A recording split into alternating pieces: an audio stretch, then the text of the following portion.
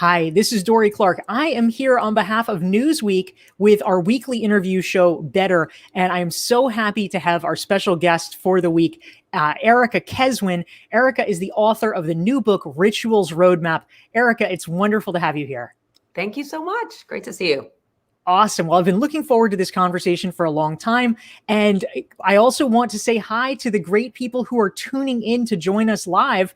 Please type your name into the chat box and let us know where you're calling in from. We want to see you, and we would love to say hello to you and to take your questions for Erica as well about this hot topic. So, Erica, a question that I have for you about all of this. I know you have gotten, you've just launched your book, Rituals Roadmap. You've gotten a lot of great press about it. You've been on MSNBC. You're featured in the New York Post. It's wonderful. And there seems to be a lot of interest. I would say probably an especial amount of interest about the concept of rituals now that we are in this crazy COVID environment. I certainly am perceiving that a lot of people are thinking more deeply about the power of ritual. Have you sensed that? And if so, why is it that rituals are something that is so popular or feels so necessary during this time? I am seeing it 100%. I'm seeing it for myself. I'm seeing it for my family. I'm seeing it at work. And there's a lot of science around rituals that show us why. The first is that rituals ground us and they bring some order out of chaos. And many people have felt really chaotic during these very turbulent times. Rituals give us what I call the 3 Ps. They give us a sense of psychological safety and belonging. They give us an opportunity to connect back to purpose and our values. And you add those 2 Ps together and you get the 3rd P, which is performance. That when we have rituals in our lives, our cortisol, our stress goes down, our oxytocin, that feel-good hormone in our bodies goes up, and we feel better, we feel safer, we feel more connected. And at work, what we find is that when you work for an organization where you're connected to purpose and values, collaboration goes up, productivity goes up. So all around, I would say it's a really good thing, and it's a really good thing, especially now. Yeah, that's so interesting, Erica. Thank you. So specifically at work, I'm curious, can you talk a little bit about what rituals at work actually look like? Like what are some examples if someone is a team leader, if they are an executive in an organization, they say, yes, I am bought in to this concept. What are some types of rituals that people could actually bring to their day-to-day at work? Yeah, I agree. Some people said this almost felt like an oxymoron. Well, what do you mean rituals at work? It seems so much more personal. So in one of the chapters in the book, I call it Design Your Own Roadmap. And from the work perspective, for those listening, think about the employee experience and where all these different stops on the roadmap where you could have opportunities for rituals, starting with how you recruit people, how you onboard. You only get one chance to make a first impression. So how do you use your values to create rituals around onboarding? Rituals around meetings. We are all in meetings a lot these days, virtually. Beginnings and endings of meetings, of projects are great opportunities for rituals. Taking a break, it's actually a really funny chapter in the book called the no smoke break. We used to have these smoke breaks. I never smoked, for the record, but that's where you got together and you bonded and you were also productive, whether you realized it or not. So those are opportunities. And I think celebrating milestones right now, celebrating people's birthdays and anniversaries, celebrating the small wins every week. So that's sort of the arc of the employee experience. And what I would urge leaders to do, and I'm happy to share some of my favorite examples, but think about rituals that you had before COVID and how you can maintain them. But it's also an opportunity to get creative and think about new ones because the world is very different. Yeah, that's such a great point, Erica. Thank you very much for that. And I also just wanted to say hello to some of the great folks who are tuning in to join us. Thanks for being here. We have Stacy from St. Petersburg, Monica from Dallas. We have Carlos from Colombia. We have Kendra from Silver Spring, Adrian from Stanton, Virginia, Naoki from Petersburg, Virginia, Rosinda from Mexico. Oh my gosh, we have Lila from Cairo, Talal from England, and Katie from New York metro region, Skip from Kansas. I'm so glad glad to see all of you guys here. Thank you for joining us and joining the conversation. And if you are enjoying this, please feel free to hit the like button, hit the share button so that people can benefit from Erica's insights. So Erica, the conversation about rituals is really important. I'm sure we're going to be returning to it, but I wanted to mention you have a previous book. Your first book that came out was called Bring Your Human to Work. That also is a topic that, especially during COVID, people have been focusing on a lot. What does it actually mean? Here it is. I actually happen to have it right next to me. That is shocking that you have a prop. That's amazing. Well done. So Bring Your Human to Work. What does that actually mean? And how do we manifest that in our day-to-day lives professionally? So, so glad you asked about Bring Your Human to Work, because I've been doing many talks these days called Bring Your Human to Work When You Can't Go to Work, which is really hard right now, trying to bring your full self, especially when you're over the screen. And one of the things that I'm seeing, that if leaders are able to do, it's having a huge impact on employee engagement and culture right now. This new normal has become normal. We are in month 11 and employee engagement's pretty low. It's hard for people. One of the most recent things that happened, all of a sudden it's the new year, it's 2021, yet nothing really changed. And so people's moods are up and down. People are isolated, they're lonely. It's really hard. So what can leaders do? And I think there's never been a more important time to bring your human to work. So what does that mean? What does it look like? What does it feel like? If you're a leader and you're listening to this, what I would urge you to think about is when you're running a meeting, when you're doing an all hands, how can you bring yourself? How can you even be vulnerable? Like, the vulnerable piece is almost the North Star. I know you have a cat, I have a dog running around in here. So before, I feel like we used to hide these things. If you had a young kid, God forbid your kid started crying.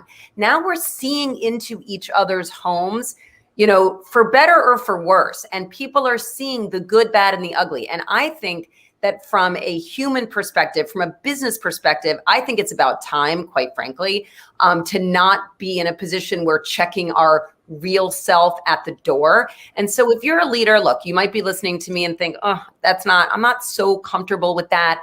But I'm telling you that it makes a huge difference, that many young people, I live in New York City, many people here are living in teeny little spaces, their desk and their bed is in the same room, and they think that their manager, their leader, their boss, nothing bad's going on in their life. Like, they've got it all figured out. And we all know that that's not true. This pandemic is impacting all of us in very different and personal ways. So if you have a comfort level, and I would say try it, I don't need a 180, incrementally, try pieces of this about sharing when you didn't have the most perfect day. Now, why is that important from a business perspective? It's an important question.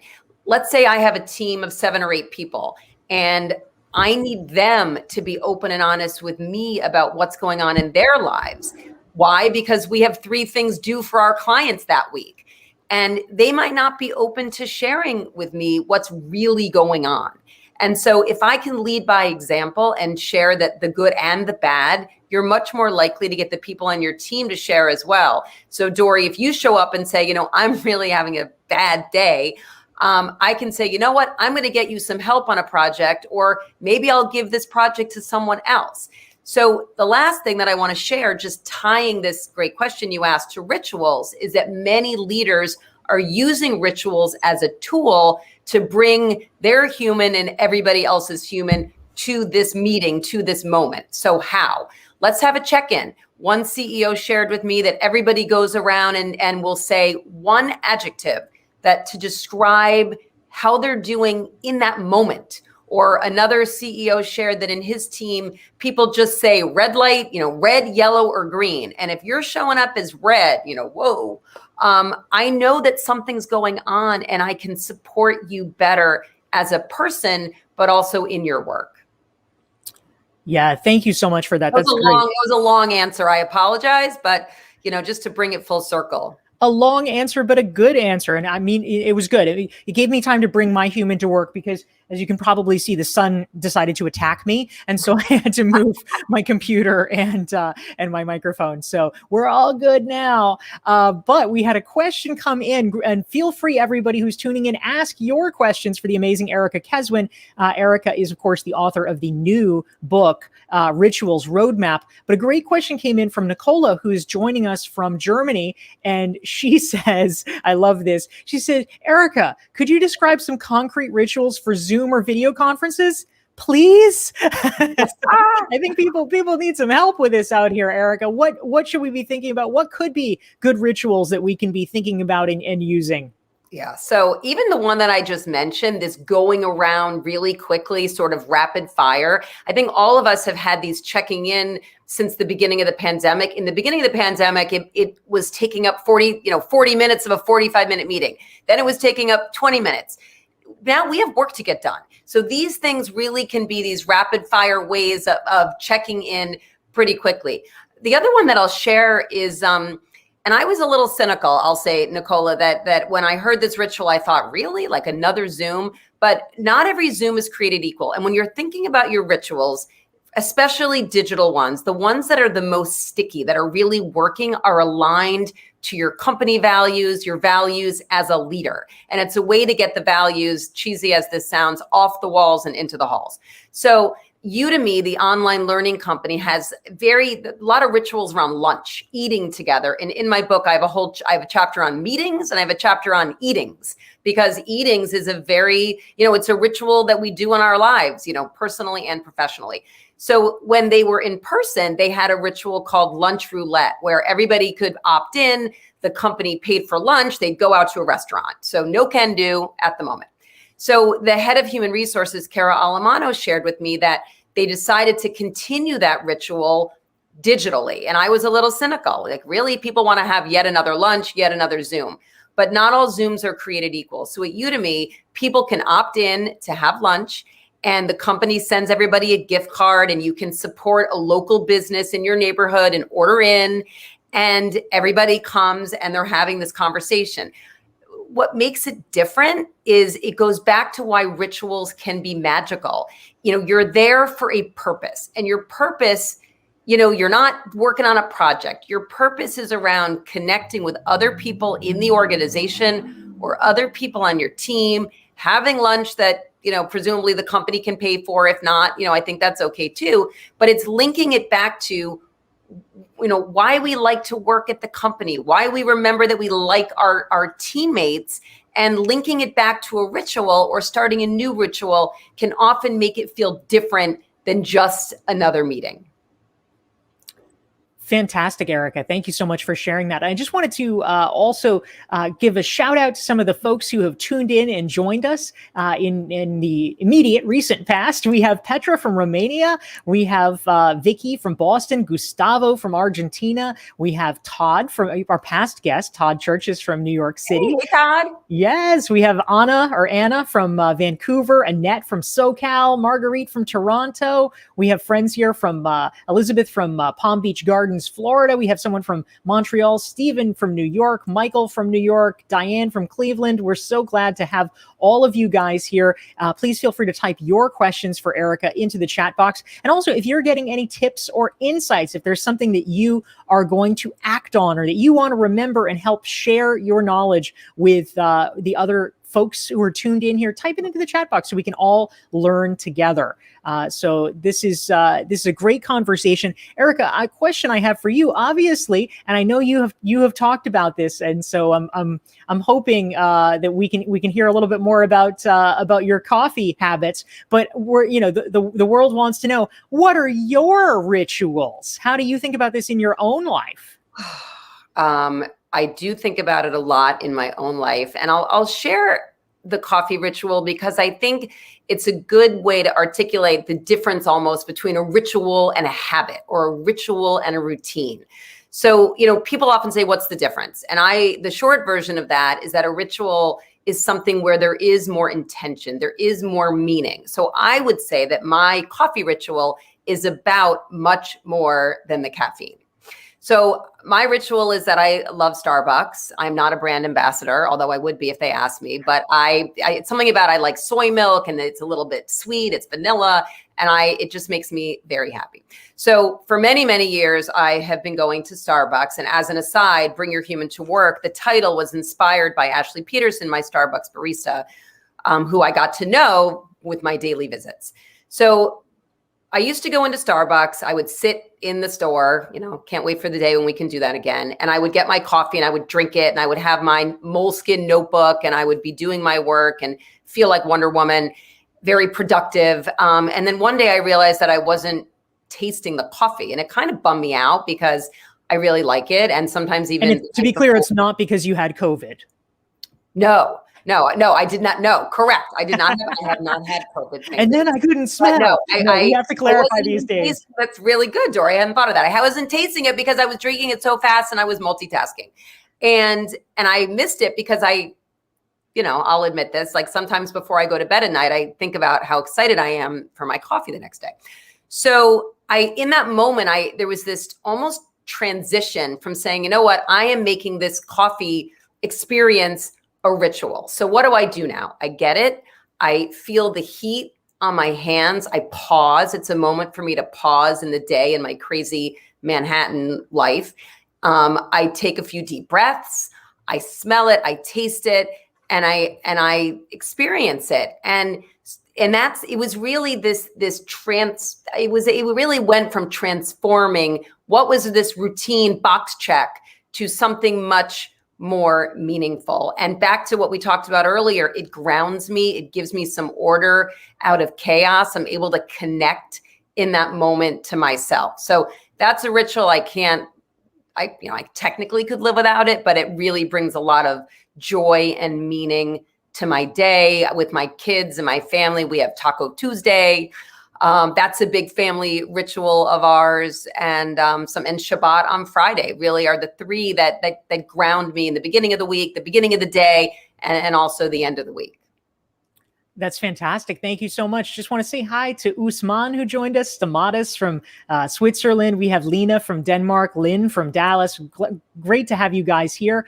And Erica, we had a comment come in. I'll just put this up on the screen from Omar. He says, I love this. It makes me think of the HBR article on becoming a corporate athlete. Staying focused on rituals can help us achieve that ideal performance state. 100%. Yeah, such a great point, Omar. Thank you for sharing that. So a question actually came in, Erica, from Chris. Chris wants to know, some rituals seem to contribute to the purpose of rituals better than others. What makes some better than others? Or is it just me? What's your take on that? So my take on it is, when I would ask people what their rituals are, some people weren't sure. Is it a ritual? Is it not a ritual? Is it connected to purpose and values? So it took me a while. But when I was writing the book and interviewing so many people on their rituals, I came up with a question that helped me help others figure out what are those sticky rituals, either in their personal lives or at work. And I'm going to give it away right now. I hope everybody reads the book, but I am going to give it away. So the question is, Chris, I can ask you, what do you do in your life that makes you feel most like you? That really connects you in that moment to your own purpose or values? Or I said it to people in companies. I asked it to the head of human resources at Chipotle. I said, when do people at Chipotle feel most Chipotle-ish, or most like a Chipotle employee? And their answer, interestingly, was like, when I asked that question, I could almost see, the light bulb, like a cartoon. And her answer to that was, at Chipotle, every day at 10:15, Chipotle actually opens at 10:30. I didn't know people wanted burritos at 10:30 in the morning, but I guess they do. And so at 10:15, before they open and they've already prepped all the food, everybody in the store sits down and has lunch together. Now it's a little bit more spread out, but it's around the table. And that's when people feel most like them. So Chris, that to me, when you think about it and when you're designing your own sort of rituals roadmap and you don't know where to start, that's a great place to start. Really helpful, Erica. Thanks for that. And so a related question that I was curious about is, if we're thinking about incorporating more rituals into our life, obviously rituals can become really powerful because it's a thing we do regularly. It's imbued with a lot of meaning. But how do we thread the needle between having a ritual that we're doing repeatedly over time and ending up just sort of stagnating, or having it just be, oh, it's just routine? Like, how do we guard against it becoming, just one more kind of vacant thing? Yeah, no, I think it's an important question, and I'm going to answer. I just want to say Chris did pipe back in, and it worked. So when I asked that question, she said, when I'm with my best friends and my most amazing family, I'm my most authentic self. So see, I love that. Like, that just gave me goosebumps. But Dorie, your question is so important. You can't force feed a ritual. So if someone is listening today and says, okay, I'm all about these rituals, I'm like figuring it out. Okay, team, like tomorrow we're going to have the adjective ritual, or we're going to do this red, green, and yellow thing. It might stick or it might not. Rituals can come from the top down. They can come from the bottom up. They can come from the inside out. I do think starting from a place of values, and, sometimes it's almost this awareness thing. Like for me with my coffee, I was doing it, but there wasn't an awareness that it was a ritual, until I thought about it. So, you have to kind of, it's part science and part art. And I think you can sort of feel it, that if it feels force fed, you can hear the sirens in my background. Or if you feel that people aren't, showing up, or if there are eye rolls, and you can ask people, like if you're leading a team, get feedback from people. And I do think, and I've seen it, that certain rituals can run its course and you naturally let them die out and something else might pop up. I also have instances where someone has started a ritual and they've left the company and the ritual lives on. I mean, so it can go both ways. Don't take it personally. If you feel all fired up to start some rituals and they don't stick, you will find ones that do, but they're organic. The best ones are organic and authentic and evolve over time. Yeah, it's such a good point, Erica. I mean, in many ways, it kind of reminds me of company mentoring relationships, where the mentor relationships that stick are the ones that are organic enough that both sides feel invested and engaged. You can, of course, have a corporate mentoring program where you say, okay, well, Erica, Dorie's your mentor, or vice versa. Right, exactly. And it sometimes it works, and sometimes it can get it going. But really, where there's muscle is where people all feel invested themselves. Yep, 100%.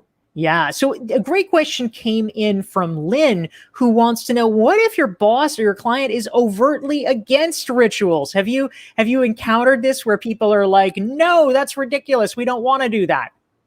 I mean, I have. I find bosses against a lot of this stuff. Sort of where we started, it's often perceived, as softer stuff. And I, really do believe that the soft stuff is, as I said, is the hard stuff and really important. So if you're in that instance, lead with the data. And there's so much in this book, science and data, around why this stuff actually matters. On average, employee engagement sits at around 30%. So in any company or in any team on any given day, 70% of the people on your team aren't so engaged or happy and might even be looking for a new job. That turnover is expensive. And so these kinds of things, rituals that can make us feel so connected, is directly linked to better retention and lower turnover and saving money. So I would urge, if you're trying to get a boss to come around, give examples, give the data. And, the other thing that I love about rituals, they are so accessible and can cost nothing. So my hope would be that why not give it a shot? Yeah, that's such a good point. Thank you for that. And some great comments have come in. Adrian says, I love that. I'm very focused on establishing genuine relationships with my network. So I set aside 10 or 15 minutes of every meeting I lead to share and ask a question. So that's a great tip, Adrian. Thank you for mentioning that. So another interesting question came in from Adil, who wants to know, with such heterogeneous work teams now, can you elaborate on the importance of having a common language in order for rituals to be readily adopted? What do you do, Erica, if you work with people around the world, in different time zones, from different cultures or backgrounds? How can you create a team ritual under circumstances like that? So I would say a couple things. The first is sort of the common language. And I'm not sure if that question referred to, literally someone speak English and, someone doesn't. But in terms of common language and getting us all on the same page, if we all work for the same company, that is the amazing power of values. Company values. That if you're trying to think about how to structure these rituals and one of your company values is collaboration or one is caring, or I just had someone on my Rob Herzog on my Instagram live this morning, one of their rituals was fun. And so one of their values, was fun. And so they built a ritual around having fun. So from a language perspective, that is the common thread in many organizations that connects the dots. In terms of everybody being all over the place in time zones, even with COVID, that's nothing new, right? We've always had global teams. I would think about rotating the time zones for these rituals. It doesn't always have to be at 3:00 in the afternoon, East Coast time, so it's the middle of the night. So I would say to do that around rituals, but I would hope that would be a practice that we would do around meetings anyway. The other thing that I would say, and it's funny that I'm saying it, 2 years ago, I never thought I would say it, as somebody who wrote a book called Bring Your Human to Work. It is all about this in person, and all of a sudden we're not in person. I would think about, thinking about rituals, leveraging different mediums of communication. They don't always have to be on Zoom, and they shouldn't always be on Zoom. So think about your rituals, maybe with your global team, once a week it's on Zoom. Maybe certain people get together on the good old fashioned phone. Maybe you leverage Slack. And everybody's taking pictures and putting pictures of what they did on the weekend or their dog or their cat. So try to be creative, and not everybody, you don't want to do it on Zoom all the time. And again, that stickiness can even be stronger when we're mixing up our mediums. Yeah, such an important point. Thank you for that. And I just want to mention, if you are enjoying this conversation, be sure to follow Erica Keswin. Go to ericakeswin.com. You can sign up for her email list and learn more about her work, including her new book, Rituals Roadmap. And if you want to make sure that you never miss one of our weekly conversations here on Newsweek, you can go to dorieclark.com. That's me. You can sign up for my email list and make sure that you are getting email notifications. And of course, subscribe to my LinkedIn newsletter, which is totally separate content. It's available at dorieclark.com/LinkedIn. So Erica, we had a really good point come in also that I think is interesting from Lynn. She wants to know, would you include rituals around diversity and inclusion for the betterment of the team? Obviously, diversity issues have really come to the forefront in the past year. There's been a lot of talk in the corporate world about it. How does ritual factor in with those topics? I love that question. I'm so glad it's coming up. Rituals can be great for improving diversity and inclusion. And if we're not intentional, it can have the opposite effect. So what do I mean? If you're managing a team or a department and all of your rituals are around drinking, let's say, in person or now, and I think it's great, many organizations are doing virtual happy hours and, mocktails and bringing in someone to do it, which I think is great. Cocktails, make sure you have mocktails. Make sure that everything that you're doing is not around alcohol. Make sure that your rituals are not always after 5:00. Given now that we're all home, the work day has expanded. And again, I started doing this work before COVID. There's actually a chapter in Bring Your Human to Work called Playing the Long Game, which I'm so excited about your new book, Dorie, which is going to touch on this. And I can't wait. Well, that's a whole separate thing. I am so excited. It's just a great time for your new book. But we need to think about intentional work practices, intentional rituals, so that everybody feels included. So whether it's pre-COVID or especially now, what about people that are, that have their kids at home from school? What about people that have to pick up their kids from daycare when we go back to, and I guess some are still doing that now, people taking care of elderly parents. So if we're intentional, and it links back to, the global teams, maybe people have been thinking about these issues even before this. How can we have rituals that are inclusive? We start with our values, that will drive it, but we need to really think about all of the kinds of people, what they're going through in their lives, especially right now, and be aware, because if all of your rituals are at 6 o'clock at night, whatever time zone you're in, many people are not going to want to lean into that. And I would also say that thinking about rituals in your employee resource groups could be another interesting opportunity around inclusion. So one quick example, because I thought it was so cool, that in the beginning of COVID, I was doing a mastermind with a number of senior HR leaders. And one woman shared that in her company, they created new employee resource groups to help connect people dealing with very similar situations. So they had one called Party of One for people living alone. They had one, which cracked me up, which I really needed, called Marriage Therapy, which was people would all of a sudden, you're working at home with your spouse and you have one office and you're ready to go nuts. And so thinking about these issues and rituals through the lens of D&I, so important. Thank you for that important question.